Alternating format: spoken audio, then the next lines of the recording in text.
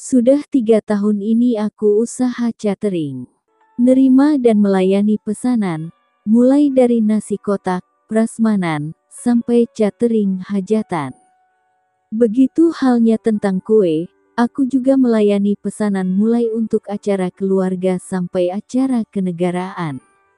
Itulah sedikit keahlianku, bisa bikin macam-macam kue, serta berbagai masakan.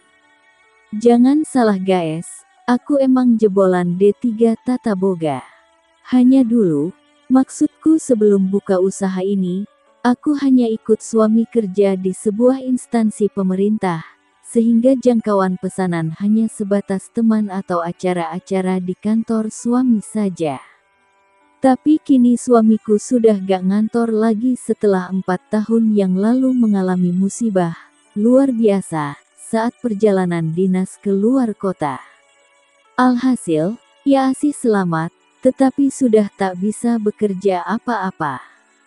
Musababnya, akibat musibah itu ia jadi lumpuh, karena tulang belakangnya bermasalah besar.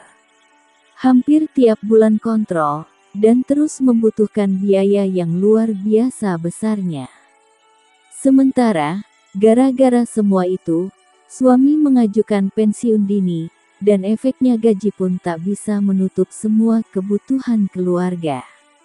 Oh ya, namaku Umaya, umur 35 tahun dengan satu anak yang masih kelas 5 SD. Sedang suamiku, Mas Asbi, umur 40 tahun, yang kini sudah berstatus sebagai pensiunan dari PNS. Oke, kembali ke cerita. Jadi setelah 3 tahun aku bekerja keras, kini usahaku mulai berkembang. Hampir tiap hari ada pesanan baik yang berskala kecil maupun yang berskala besar. Untuk memperlancar usahaku, aku merekrut 2 orang pembantu tetap. Sementara jika ada pesanan berskala besar, semacam catering untuk pesta atau hajatan, aku merekrut beberapa orang sesuai kebutuhan dengan upah menyesuaikan. Cuma yang jadi masalah itu, semua pembantuku itu wanita, sementara untuk pekerjaan yang butuh tenaga pria aku masih pikir-pikir. Bukan apa, selain gajinya lebih besar dari perempuan, juga susah cari orang yang bersedia.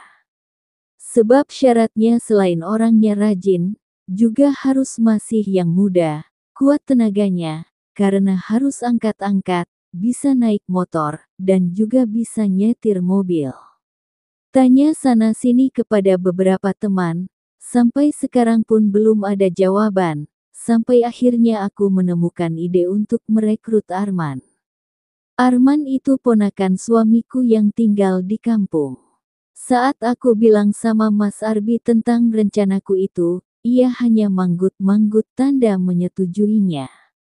Tak ingin buang waktu, aku pun langsung menghubungi Mbak Windy.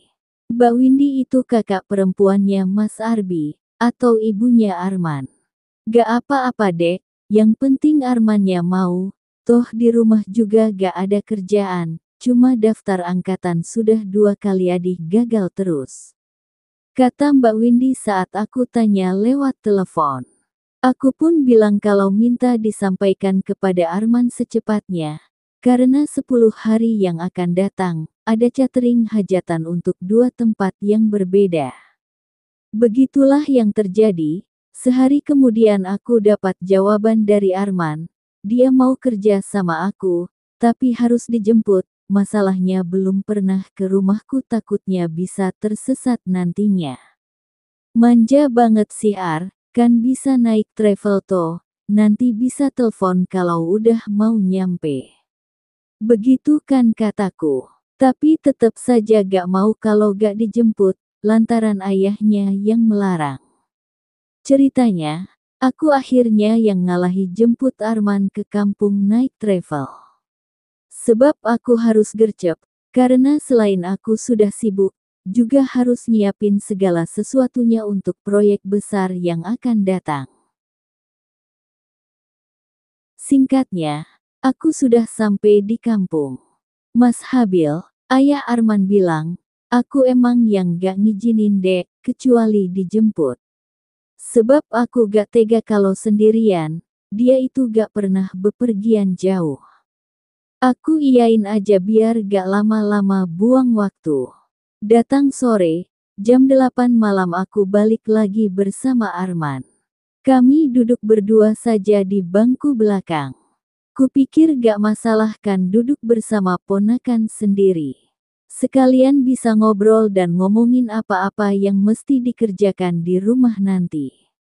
Tapi sejujurnya, aku sempat ada perasaan heran setelah melihat Arman dari jarak dekat. Beda dengan bayanganku 10 tahun yang lalu saat aku terakhir bertemu dengannya. Waktu itu ia masih kanak-kanak banget, dengan tampang anak kampungan. Tapi sekarang sudah tumbuh menjadi pemuda gagah, dengan perawakan yang atletis.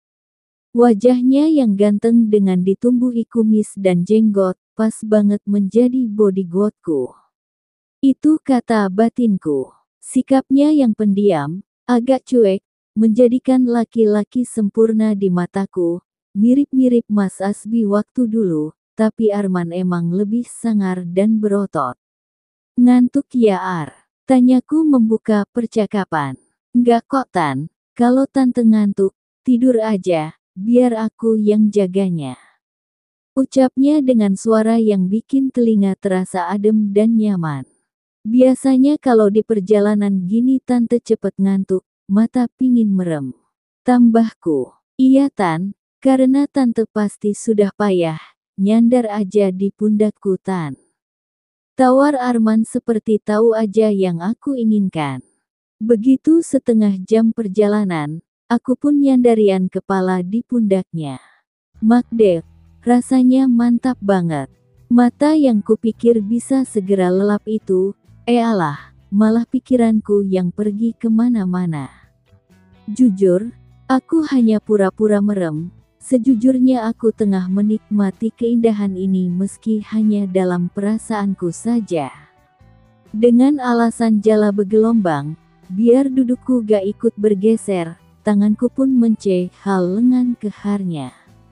Halusinasiku makin tinggi, teringat masa dulu saat masih berkeren, dan berharap 3 tahun dalam kekeringan ini akan ada siraman yang menyejukkan. Kendaraan makin laju dengan tenang, udara malam dari sela-sela jendela kaca makin berhembus halus. Mataku masih saja belum terpejam, masih pingin merasakan indahnya halusinasi yang lama tak pernah kudapatkan. Aku tak bisa membohongi diri, sekali waktu aku emang masih pingin mengulangi indahnya berpadu dengan kehangaden. Dan ini kesempatan itu datang. Jadi aku tak akan menyia-nyiakan. Arman yang emang masih terjaga dengan tenang dan cueknya, sepertinya ia tak punya kepekaan rasa, kalau tantenya ini sebenarnya pingin dipeluk dengan hangatnya. Suasana sepi, penumpang udah tak ada satupun yang bicara, atau sekedar ngobrol, semua sudah pada gak mikirin apa-apa. Saat itulah Arman memindahkan tanganku, kupikir ia mau bergeser duduknya, tetapi dugaanku keliru. Ia telah membawa sebagian besar diriku ke atas belahan dada bidangnya. Aku sebenarnya kaget, tapi aku hanya diam dan manut saja. Aku justru menunggu, bagaimana ajan kelanjutannya. Cukup lama, ternyata Arman masih diam, gak ngelakuin apa-apa, sampai aku berpikir, kiranya Arman emang tak punya cukup keberanian untuk macem-macem. Lantaran aku ini kan istri omnya, jadi pasti dia merasa takut dengan bayangan terburuknya.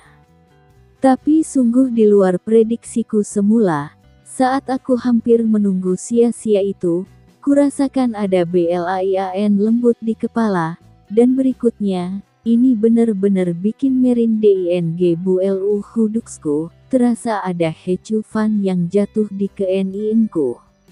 Laap, rasanya aku seperti mencelat dari bumi, dan pingin terbang mengejar bintang di angkasa.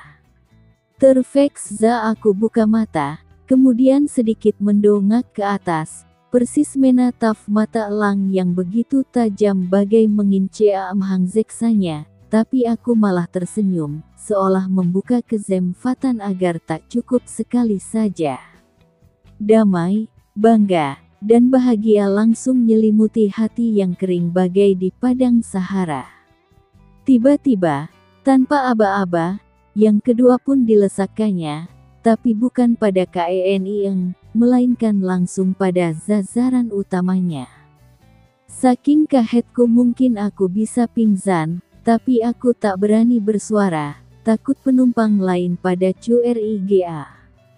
Jadi aku hanya diam ketika akhirnya Arman bisa meraih BBIR-ku seutuhnya. Alamak, aku mulai terbawa arus gelombang dahsyat di lautan tanpa batas, tapi aku tak mau hanya jadi batu karang yang dihempas tanpa henti. Aku juga mau jadi riak-riak yang terus mengiringi, mengimbangi tiap arus sebelum menjadi gelombang pasang hingga masuk ke pantai. Cukup kita bisa eksplore lebih lanjut saat tiba di Tumah nanti. Jangan biarkan hasratmu menguasai, kataku sembari ngambil nafas yang hampir hilang. Untungnya, menjelang pagi travel sudah hampir sampai rumahku. Kami cepat-cepat berbenah diri, jangan sampai ninggalin jejak sejengkal pun, sebab tak boleh ada yang mengerti apa yang sudah terjadi.